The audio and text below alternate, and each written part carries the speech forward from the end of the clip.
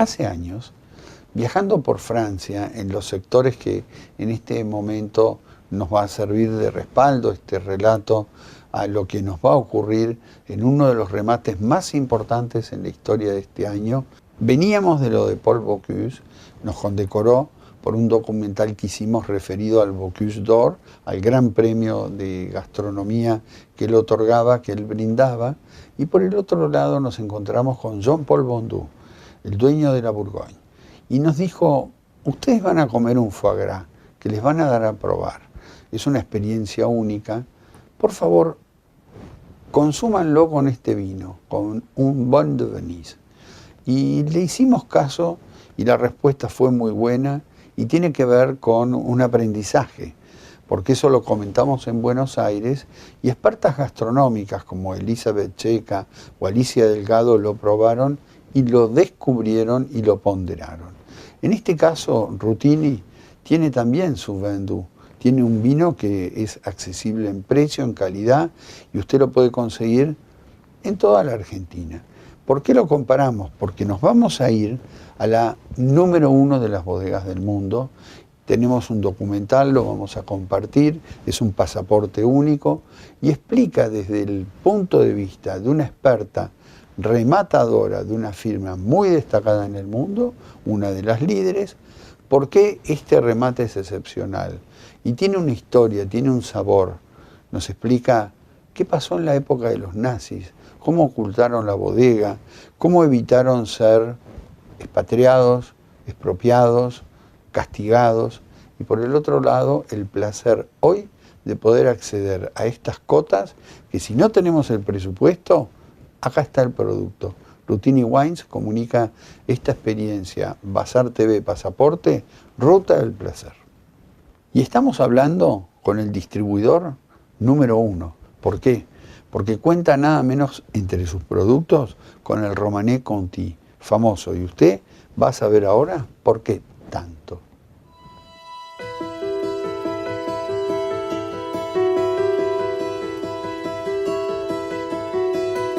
We're in the cellars of Drouhin in Beaune, the center of the Burgundian wine trade. Beaune is obviously throughout the centuries the place where the great wines of Burgundy have been sold, and therefore it has a history of people who really understand wine, who understand the trade. It is a fascinating viticultural region of the most extraordinary vineyards.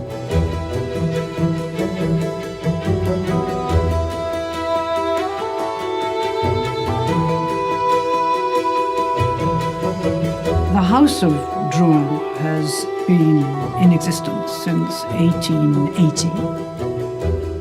The heart of Drouhin is here in Beaune.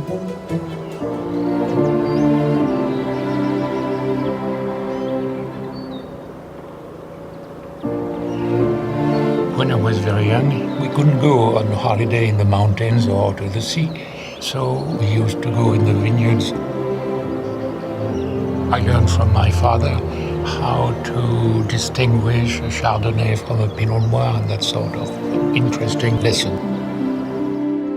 How did we distinguish Côte de Beaune from Côte de Nuit? And even more important, when it came to Romanée Conti wines, in which way were these wines great wines? It was interesting for me as a young boy to see how the wines were appreciated, the way they were described by my father. And this is where the stress was really on the finesse, on the complexity. We didn't hear about the acidity, the pH, alcoholic content, but we certainly learned the fundamentals, and we certainly learned to distinguish a good, pleasant wine from a great wine. We are fortunate to live in Beaune. It's an old city, very old indeed.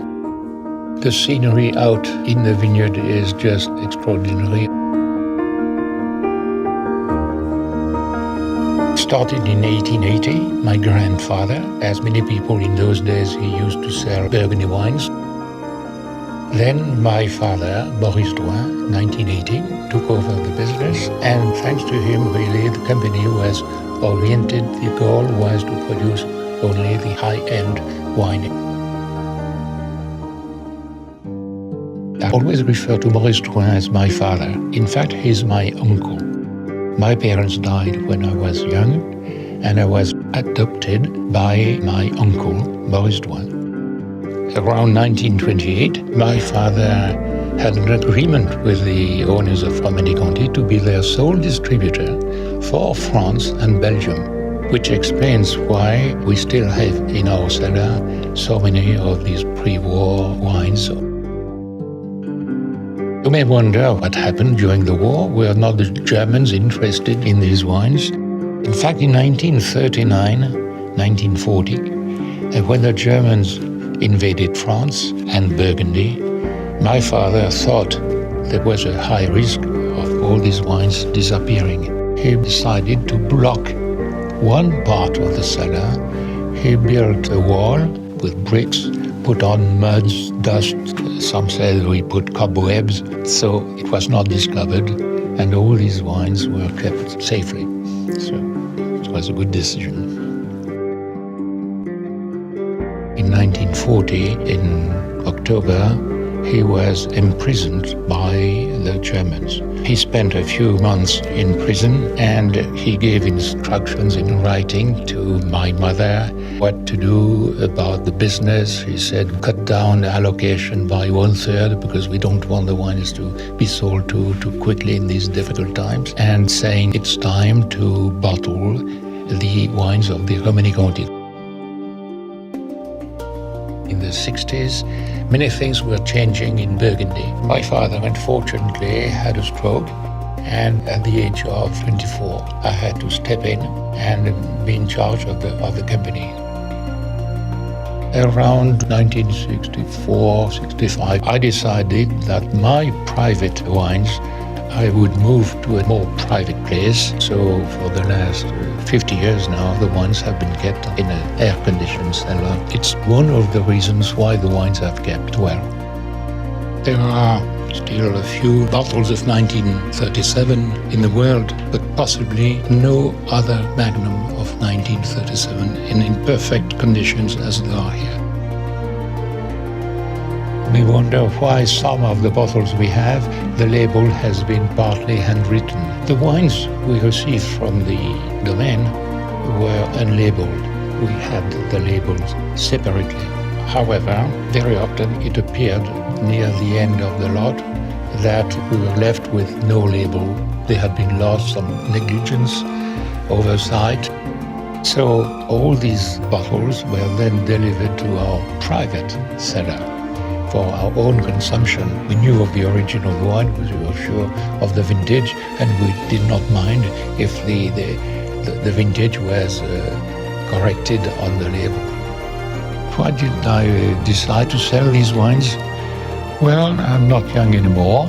I thought I cannot possibly drink everything, although I have good friends, and we are privileged when we meet to open one of these great wines. But still, I thought, we cannot keep them for years and years, so why not sell them? I think I'm very happy, very fortunate to drink these scarce wine. Scarcity adds somewhat to the pleasure of wine, and so I suppose that's why there is so much interest for these wines.